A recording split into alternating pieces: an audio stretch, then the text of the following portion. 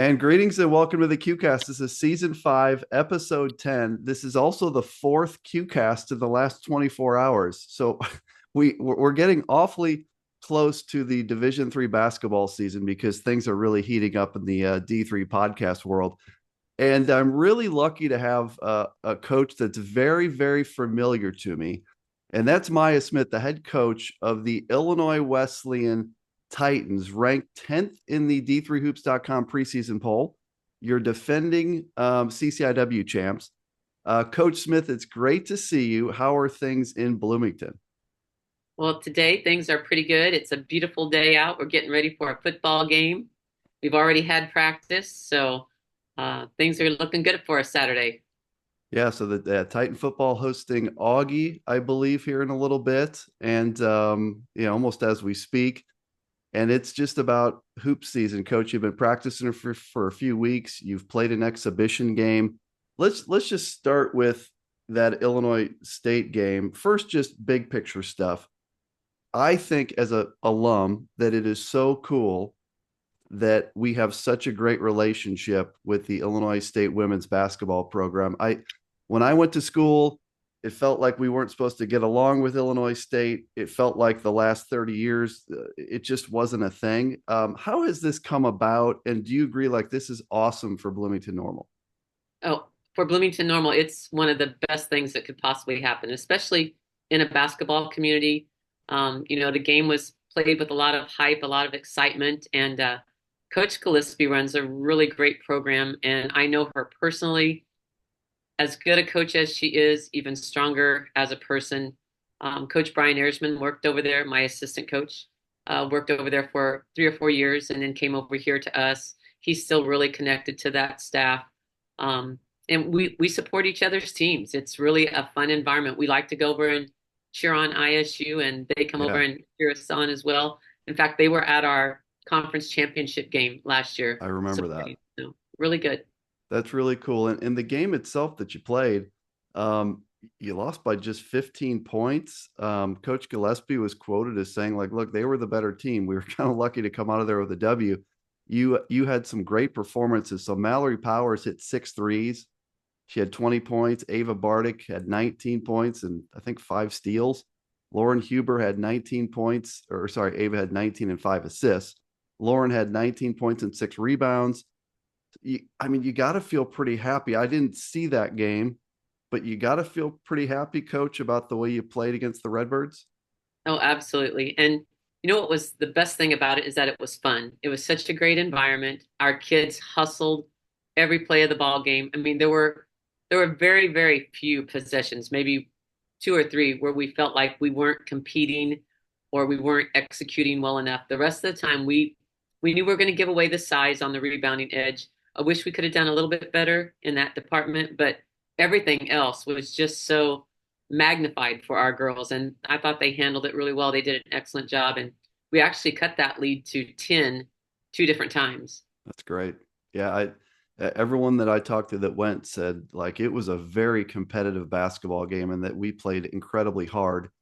And then you've got one more tune-up, I believe, right? You have Eastern Illinois coming up this Monday at 6 o'clock. So that's another great test. Talk about how did that opportunity come about to play Eastern Illinois? Well, we've always tried to put ourselves out there that we want to play the exhibition games versus a scrimmage. We want it to be as game-like, as real game-like as possible. So the exhibitions work better in our favor, I think. And then we need those types of games. I knew Coach Matt Bullen quite a while. We had played them before. The new assistant coach turned head coach now, Marcus. He wanted to keep the game on the books, so we were able to do that. Kind of sends me back over in my neck of the woods a little bit. My aunt graduated from Eastern Illinois, so my family will be Right. there in attendance. That's awesome. And it's a great test, right? I think to play these D1 games, I've watched the men play DePaul and Butler, and I know Cal Lou's really good, but it's going to have to feel pretty good that they're not playing against D1 dudes on Friday. So I think Yep. it's the same for you, right? As you play this competition that's bigger, probably a little quicker and more athletic across the board. I was looking, I couldn't believe this, Coach. So this is your 27th season it just blows me away. Does that blow you away that this is That's me 27? too. Have I really been here 27 years? It does not feel like 27. That's a quarter of a century plus. That's a Yeah. long time. Also, what blows me away, so your record coming into this year is 494 and 209. That's a 70% winning percentage. In the CCIW, it's 285 and 100, and that's a 74% winning percentage. I'm positive you're not looking at milestones. I know you're not, but if we can win 6 games this year, you're going to hit 500, and that's something that people just that doesn't happen a lot, Coach. I mean, what just 27 years and 494 wins? How does that settle in your head coming into the year? It just went by so fast that, each year has a different feel to it. And so the feel I have for this year's team is just pure joy. Q, you can imagine what it feels like to walk into practice. It's just happy. I mean, those girls they're so driven. They work so hard, and yet they still enjoy every bit of it. They have such a great time. So, there's been years that have been tough. There's no doubt about that. But the last few years just seem to have been easy. Great kids in the program. We don't have to build our culture. We recruit it. And then just being able to be at Illinois Wesleyan and to play in the Shirk Center. I walk into one of the most beautiful buildings in the town of Bloomington Normal, and I love it every day. I think back to like when I was in school, which was still relatively the early days of women's basketball at Illinois Wesleyan, and just thinking of like the home environment and the program, and people were working really hard back then to build it up. But to compare that to where it is now is incredible. And I know it's taken a lot of people to get us to that point, but you've been there the last 27 years. It's got to feel pretty good for you to see where the program sits at this point. Is that fair to say, Coach? Absolutely. And, a lot of great people went before me to make that happen. And I had Coach Bridges right next to my office. So that was a daily conversation, basketball and live. And then just the people, like I said, Jill Hutchison that was here before me, Bob Cothran here at Illinois Wesleyan. Those people were such great examples, incredible role models, and still are. And then just really getting to know what our community wanted from a basketball program. Coach Bridges always said, hey, get off the bus with the best talent, put a fun product and an exciting product on the floor, win, and people will come. And that's what has happened. And it's such a great group that you have right now. I had your top 8 in the rotation on the QCast last year together. It was my Yeah, favorite show of the year by a mile. We pulled it off somehow. It looked like the Brady Bunch, it did. and they were outstanding. And it was like you leave that and you watch, and it's like, oh, that's why they're good, because the caliber of people that you can just see when you talk to them. I want to talk to you about this group a little bit. I'll mainly bring up the returners that were in the rotation last year. At the end, I'll ask you if there's anyone kind of new we should be looking for. But I want to start with Lauren Huber, and she's a superstar, right? She's a preseason All-American. She averaged 16 points, 8 rebounds, 2 assists. She's a 5'8" senior guard. She shot at over 50% last year, which is crazy because she takes really tough shots. She, to me, Coach, seems like someone you just build your program around. She's kind of someone you put on the poster and it says Illinois Wesleyan women's basketball for what she does on the court and off the court. Talk a little bit about Lauren Huber. No, first of all, Q, just such a sweet, sweet girl. That Huber family, we've got both Lauren and Mackenzie Right. sisters on the team, and we like to call them the syrup. They are so sweet. They are just like syrup.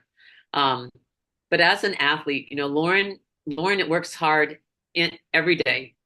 She brings it to practice. She brings great leadership, and her athleticism. Molly McGraw back in the day was one Yep. of the most athletic players I'd ever coached. Lauren Huber is now the most athletic Sure. player I've ever coached. And you can just, whatever you ask of her, she attempts to try and gets it done. But certainly she needs a touch on just about every possession that we have, especially in the half court. And the way we play, she's a fast kid. So being able to play fast and transition offense really gives her a little bit of an advantage, I think, because she's going to be able to outrun anybody that's trying to guard her. And the fact that she shoots over 50% and probably always draws the best defender, that's really a testament to who she is. Special player. Excited to have her back for her senior year. I mean, she's a great hooper. I watch her play basketball and almost like she's just like a great athlete that's on the basketball team that figures out how to do everything. She's unbelievable. Ava Bardic last year averaged 14 points, 2 rebounds, 2 assists.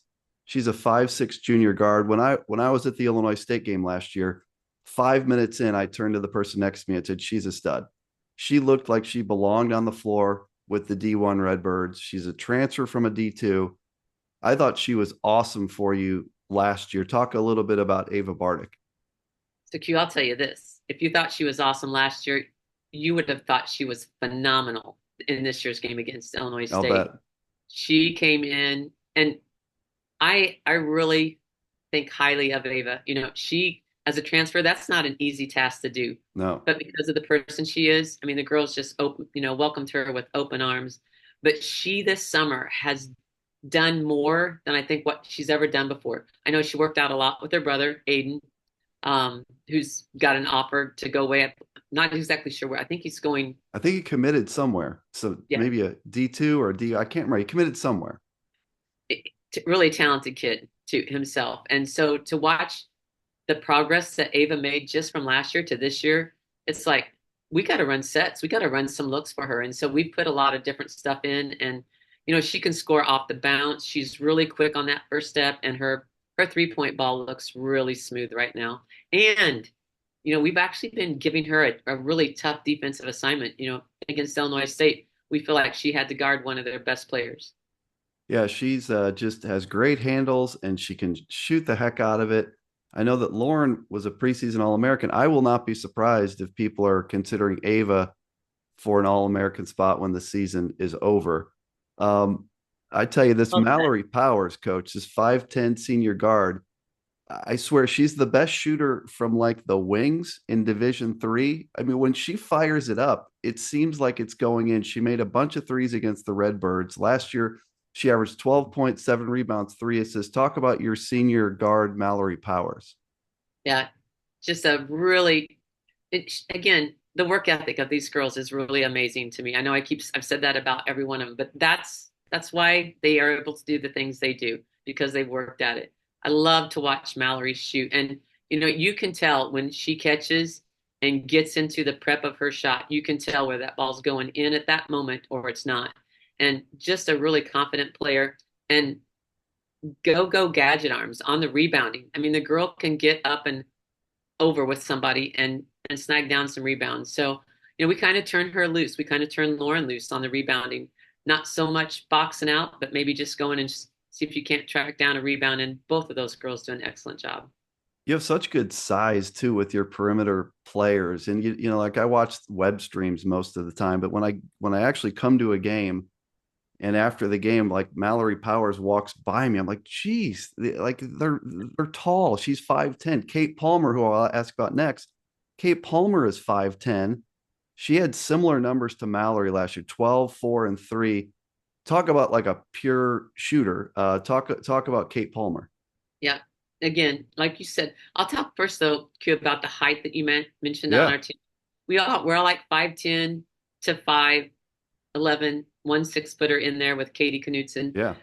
But it reminds me so much of the team back in 2011 when we had the Hope Schultes and Nikki Prestons. Those girls were all about the same height, right Yep. around 5'11", 6 foot. So I'm hoping that's going to translate to something. But sure enough, has really taken on an exaggerated leadership role. And by that, I mean that in a positive way. She's been very vocal in practices, making sure we know exactly what the objective is of a drill or what we're doing in a scout in preparation, and just really fine-tuned her handles. I think she was a little loose last year with the ball, but she has really tightened up her basketball handling skills and is running at point for us a little bit, along with Sawyer White. Kind of feel like I have 2 point guards on the floor at the same time, which is really a bonus. Yeah, you have so many players that can shoot it, handle it, rebound it. It's just such a versatile team. Now, your biggest player is Caite Knutson. She's your 6-footer. She's a fifth-year player. Her coming back was a huge deal. 10 points, 4 rebounds last year. You don't really play with anything remotely resembling like a center. And actually, most teams don't anymore. Now we run into that. If you play some WIAC team, you're going to run into some 6'3" center. So Caite kind of plays she's kind of a 3-4 that you kind of play as a 4-5. But talk a little bit about Caite. Well, Caite came to us as a two guard from Right, SIU right, Edwardsville as a transfer. So the fact that she's playing the five for us in the right. post, again, just kids that are willing to do whatever is necessary. And you look at Caite and you ask her to do something, she'll say, "Yes, ma'am." That's her answer. And immediately she's trying to do what you need her to do. But our post players have a new post coach this year in Kate Bullman, the uh, post player from Illinois State. And she has just done, I've learned something from her every day when she works with our post players. Every day I learn something. And the girls are like sponges. They hang on every word she says, and you can tell they're really trying to put together the stuff that she wants them to get together. And we are way better in that department this year, and I'm excited about that. Now, I don't think I'm supposed to say like who my favorite player is, but I'm just going to call out. Like, I think my favorite player, I love them all, but Sawyer White, coach, 7 points, 3 rebounds, 3 assists, 4 steals. I think I've had like 25 Twitter posts where I have highlights of her harassing people and stealing the ball and doing all this crazy stuff. Like, she is so fun to watch. And I give her credit because she came off the bench last year, but then she also had to start for a while when Ava Bardic was hurt, I believe. So just talk about the role that Sawyer White plays for your team. They say that Illinois Wesleyan always has the best point guards, and Sawyer White, in my opinion, is the best point guard in the CCIW. She's got those, an extended reach. She's so smart and savvy. She can pick her moments and she knows exactly when to make a play on the ball, try to get an individual steal. Just does a lot of really good things. And we love her intensity especially on our press. She wants steals. She wants that kick ahead. Let's pick a ball, throw it ahead, get the easy two. And that's her favorite part of the game. But I tell you, I've been really hard on Sawyer this year because her shot is so pretty and she turns away shots. So we've been telling her, hey, got to be willing, Sawyer. And the last 2 days in practice and in the game against Illinois State, her three ball looks so pretty. I don't even know if she's missed. That's how good she's been. Yeah, she's just such a weapon. She's a weapon even if she doesn't score, but it is great to see that you guys want her to shoot because every time I watch her, it seems like she's got a really nice looking shot.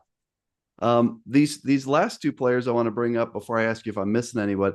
I feel like the players I just mentioned, maybe statistically, have the biggest numbers, but I don't think you'd be where you are without Laura Mahlum and Sara Balli. And so Laura's your other 6-footer, 6 foot junior. I'll just call her a forward because everyone else is called a guard. So I'm just going to call her forward. She's kind of more of a guard though. She does a little bit of everything, kind of gets herself in the lane. She can shoot it. She averaged 6 points, 3 rebounds. Talk about Laura, if you will, coach. Yeah, she's unbelievable at her height. We can put her on the front of our press. She can shoot a three-pointer. She can play post defense and guard the biggest girl on the team. She can score in the paint. She knows how to face up, get by, and she can dribble drive from the wing. So I don't know, what else do we want her to do? Right. She's just got all the parts of the game and such an easy player to coach too. She is, especially if you say, Laura, I have to have a rebounder in the game, go. And that's the first thing she'll take care of. And then Sara, again, I think that I love players like this. So she doesn't really seem to need to have a bunch of points or stats. I would say over the last few years, it seems like a lot of our big moments where there was a swing in a game, it was like her getting a rebound or an offensive rebound or something like that. She does a lot of little things defensively as well that add up. So talk about Sara Balli, if you will. Yeah. Thing I like most about Sara Balli is her ability to rim run, catch, and finish. In practices, if we can catch her on just even a short 1 foot ahead, 2 feet ahead, leak out. She is, Sawyer White will hit her with a pass, and she is really good at that really tough full speed finish. That's the part of her game I love the most. But she does come off the bench. She brings a lot of energy. She brings an intensity that, might be leaving the floor for us because we're tired. She just brings that Yeah. pop back into the ball game and gets us going defensively. Um, Her 3-point ball looks really good in practice too. So I don't know. We took 32 or 34 3-pointers against the Redbirds. I think that might be a little bit of a norm for us moving Let it forward. fly, coach. Let it Yep. fly. Let's go. I love it. That's 8 players, I think. Is that, I think, one, two, three, four. I think that's 8 players. So that, talk about minutes. Now you've recruited well behind the scenes here. And it's probably, this is why we're a good program, because you have some really talented people that are competing with these 8 to get on the floor. Is there anyone knocking on the door of playing time that would be outside of these 8 returners? Q, we've got a junior class that pretty much runs our scout team. A couple of sophomores popped in there, and then 2 new freshmen. And all of those girls are great basketball players. And you kind of feel bad that they're in the wings of those other 8 that are out there. But at the same time, it takes from player 1 through player 15, it takes that type of mental toughness, that skill. It takes all of that because you got to be able to work against competition in practice. It can't just be, oh, these are the first 5 they're going to blow out. Our practice squad, when we get ready for scout, our girls, I'm surprised they don't have numbers of the opponents on their jerseys because they really get into their role of being the scout team and they execute. I'm sure they could probably execute opponents' offenses as well as our opponent. And isn't that like, again, talking about programs, and this is where your program and Ron Rose's are similar. He's got some talented kids sitting there in the freshman and sophomore class that are behind, the older people. But what they do in scout and in prep, and then someone twists an ankle and all of a sudden one of them comes in. It's amazing how ready they are. It seems like, coach, that kind of separates the good programs from programs that kind of just are trying to get by year to year's depth. I mean, you got to feel great about the depth in your program. Yeah, the depth is really important. And like you said, get off the bus with the best talent. You got to be able to practice against great competition. And I really do like our junior and sophomore and freshman class. I mean, I know they're young in terms of experience, but they do a lot of stuff for us in practice that is going to really benefit them in the future, I think. We're still waiting on Sophie Feeney to have a great volleyball season. Right. We'll get her back here in a little bit. Martha Lipic, the daughter of the John famous Lipic. John, has really looked good in the post. And I know we're going to be able to count on her for some post defense, some post rebounding. She's going to be able to come in and take care of that. And then probably the most improved player from last year to this year is Payton Jacob. And Payton was playing at the power forward for us last year. And kind of playing in that position a little bit as well, but also playing in at 2 guards. So Sure. I really improved her jump shot and looks good in practice and always willing. And then a couple others that we want to talk about, probably Luigi Lamb. Yeah. That's our transfer, or not our transfer, it's our international student from Yeah. Hong Kong. And she has really livened up our lives. I mean, she's so excited to be here in the United States. We've done some incredible things for her. For example, my old neighborhood is a farming community. So she's been in a combine. She's harvested some Nice. corn and some soybeans. She's just done all kinds of different things that she would never get that opportunity to do over in Hong Kong. So, and the girls, when they're traveling home, they take her home so that she can see their hometowns and just different places. And she's going to be really good. She's really good right now, but as soon as she really gets familiar with our system and understands our philosophy, she's going to be in there working really hard. And then we have, another Montini girl, another Sawyer White girl from Montini, Alyssa Epps, and she showed really good progress for us too. She snapped in at the last minute 30 of the ball game at the Redbirds, caught a pass at the top of the key and snapped the 3 like it was just her job. So she looks pretty good too. Want to just a couple more questions for you. I want to like the motivation from the way the season ended last year. It's amazing in Division 3, coach, how like the lines are so thin. You lose to Carroll in the conference tournament. Had you won the conference tournament, for sure you're hosting that first weekend. You get sent on the road, and that's such a big deal. You have to go to Wartburg. They were really good. I don't have all the numbers in front of me. What I remember about Wartburg is we were winning the first quarter. We were winning after the second quarter at halftime. I think we got our butts kicked in the third quarter, and we had to make this furious comeback, which we almost did. I think we lost by 2 or 3 or 4, something like that. They had a great player, Brittany Young. Someone made a bunch of threes, 6, 7 threes. Yep. What's the way the season ended last year with the loss to Wartburg? Does that fuel the fire this year? Just kind of talk about that. Oh my gosh, I just think it really increases their desire to know that we should have been in the Final Four last year. Had we beat Wartburg, the next rounds were not as tough as actually the first rounds. So I think the girls know that they should have been there last year. And if they worked hard over the summer, which they have, they feel like they should be there again this year. So I know a lot of coaches, you hate to say that that's one of your goals. Our first and foremost goal, always to win that conference, always win the conference tournament, get that automatic bid into the tournament, and hopefully be able to host. From there, it does take luck. I'll be the first to tell you it takes skill plus luck, and a good draw on the board as well. But this group is really, they know it's game by game. They're not looking past anything.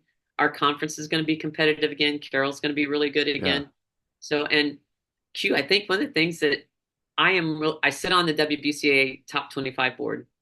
And so we're funneling through getting ready for our first rank. And a lot of the coaches are chiming in on some of the teams that we're just not familiar with. But I will tell you that this is going to be one of the most competitive D3 women's basketball seasons ever. Sure. I mean, NYU received almost, they're going to be Yeah. receiving all the first place votes. But there are a lot of schools that are out there that are going to be good. And so it's daily. Our first 6 games that we play, all are going to be top 25 ranks. Oh yeah. Yeah. If you 5 out of 6. Sorry, 5 out of 6. And let's talk about that. So you have played an amazing schedule consistently the whole time that you've been here, the 27 years. You can just look at our schedule and be like, geez, like there's no let up here. And I mean, you start off by going to Hope and playing Calvin and then Hope. So like that's not the first weekend of the season because you play Eastern this week. That's like a week later than everyone else is playing. But talk about starting off at one of the great venues, which, by the way, a venue we have some great history, and meeting Calvin and Hope.